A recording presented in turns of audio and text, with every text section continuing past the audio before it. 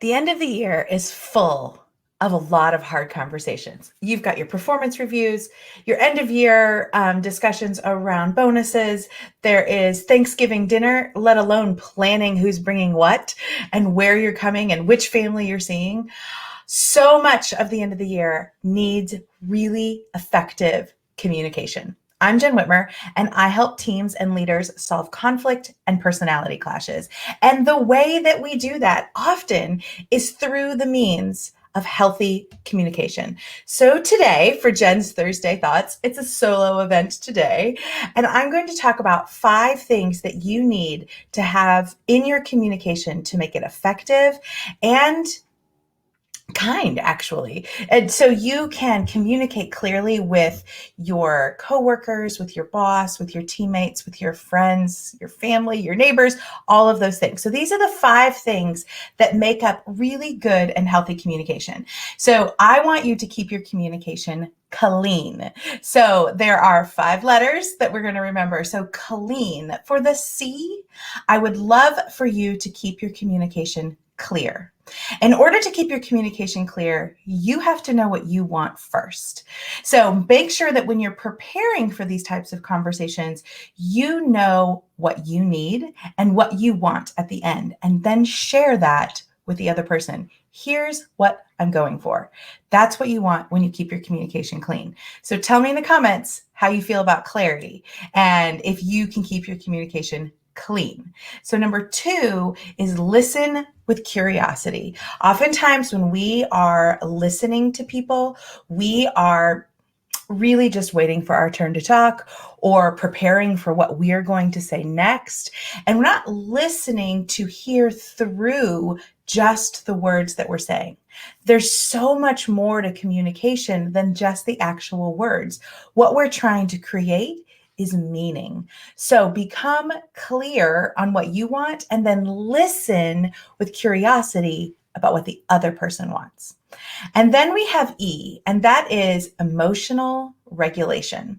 So emotional regulation is incredibly important in any conversation, but particularly when things get intense.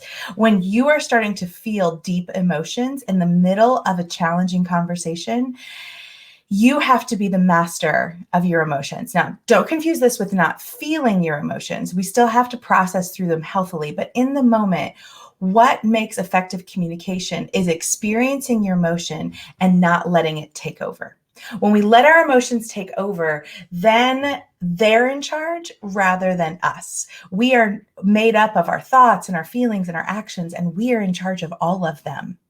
And so emotional regulation and making sure that you can not let your temper fly, not let your voice get out of control, not start literally throwing things. Emotional regulation is incredibly important in clear and effective communication. You have to bring emotions in, but do not let them take over. Then we have absorbing stories. That is A. Whenever we get data, we think, oh, there's the data. What we really need is the context to put the data in. And a story is context. It lets us know what these things mean, because I can say to you 4, and 4 is a really clear data point. It's 4.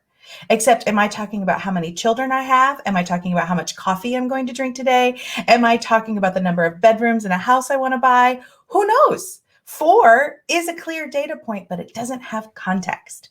So when you put your data in context, and I mean data, not just a number, but a situation, a way you're interpreting something, if you can shape the story, your communication will be clearer. Stories do not have to be long. They do have to be clear. And that puts your story in context. You put your data in context. Okay, the last one is N. And this one is called nonverbal alignment. So here's what that means. Nonverbal alignment means making your body language match the words that you are saying. If your body language is like this and you're like, yeah, that's great, I'm totally fine with that, people aren't going to believe you. They're not going to believe you because we believe body language every single time. And if words and body language don't match, then we we just distrust the person. And when we're talking to somebody else, part of it has to be trust building.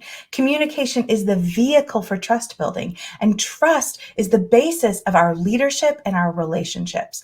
So making sure that your body language matches the words that you are saying is really important, because again, people will trust what your body is saying and the actions that you do every single time over the words that are coming out of your mouth. So nonverbal alignment keeps your communication clear, confident, and effective. So those are the 5 things that when you're walking into these hard conversations that you need to have clear communication, you need to listen with curiosity, you need to have emotional regulation, you need to use absorbing stories, and have your nonverbal communication match and have nonverbal alignment. Those are the 5 things. So that's the what.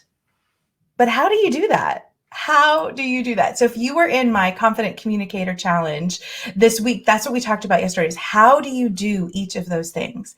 And if you would like to go further, I have a course called How to Have a Hard Conversation. It's not launched yet. You can get on the wait list and get all kinds of special things, but the course will really help you walk through all of these types of conversations. I take my unique method for using our personality, for using communication skills and conflict resolution skills to prepare you for hard conversations, because your communication matters all the time. But the rubber hits the road in those hard conversations. That's where your skills really show off. And so this course will help you practice it in every kind of conversation that you have, but it will really help you when you get to those hard conversations.